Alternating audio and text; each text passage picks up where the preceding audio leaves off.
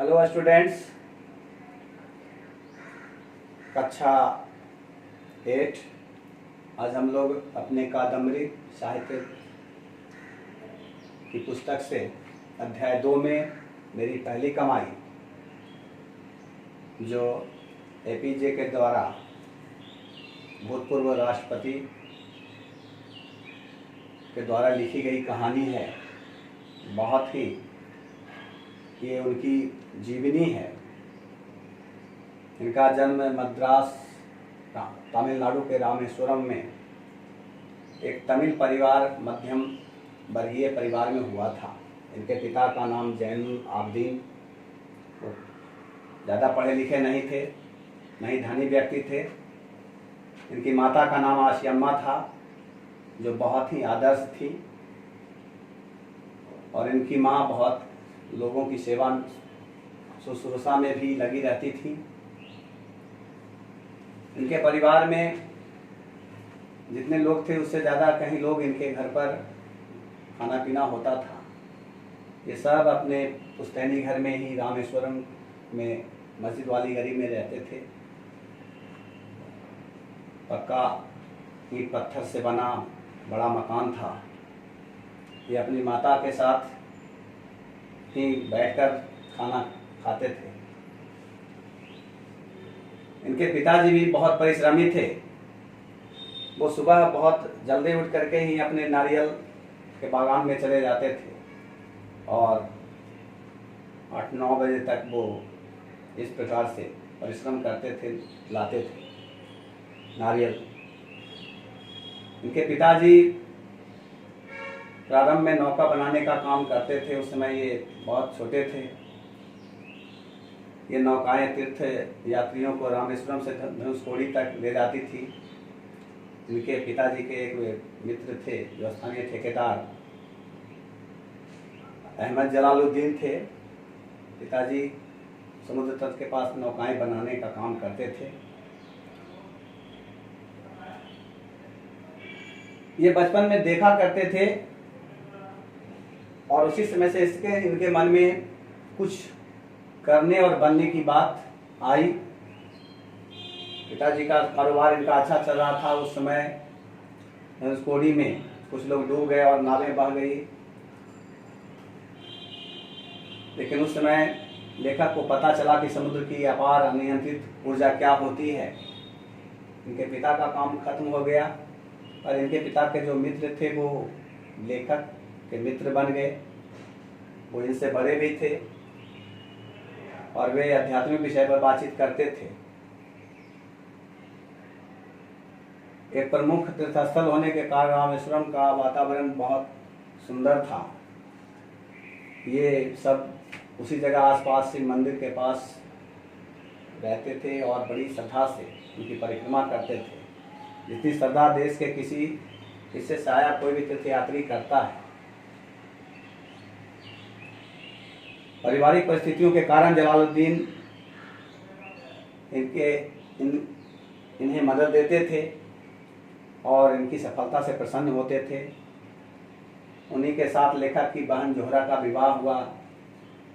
बचपन में पुस्तकें लेखक के लिए बहुत दुर्लभ वस्तु थी, लेकिन इनके स्थानीय स्तर पर जो क्रांतिकारी थे या उग्र राष्ट्रवादी STR माणिक्यम थे, उनका निजी पुस्तकालय था। वे इन्हें पढ़ने में हमेशा मदद करते थे, इन्हें पुस्तक वगैरह देते थे। दूसरे व्यक्ति के जीवन का बाल जीवन पर जो गहरा असर पड़ा वो इनके चाचा के भाई शमसुद्दीन थे। वे अखबारों का अकेले वितरक थे।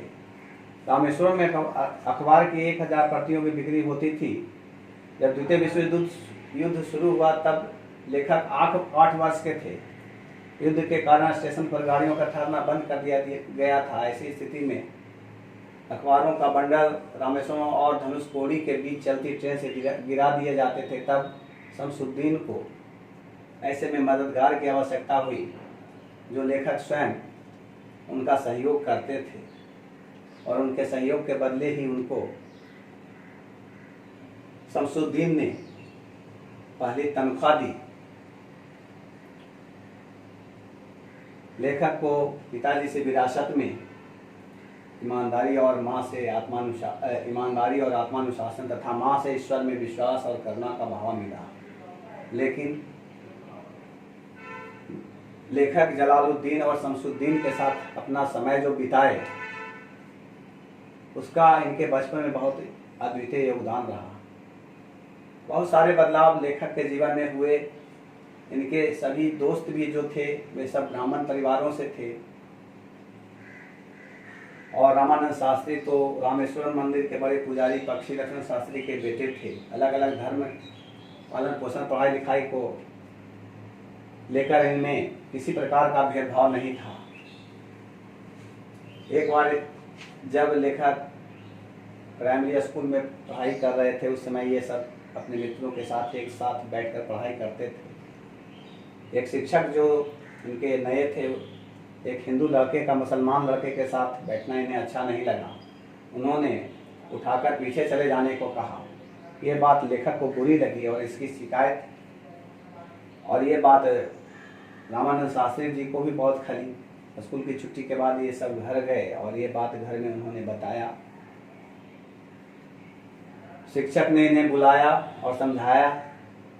उन शिक्षक को इनके माता पिता ने बुलवाया और समझाया लोगों ने कि निर्दोष बच्चों के मन में इस तरह का सामाजिक असमानता का भाव और सांप्रदायिकता का विष आपको नहीं घोलना चाहिए। ये अच्छी बात नहीं है।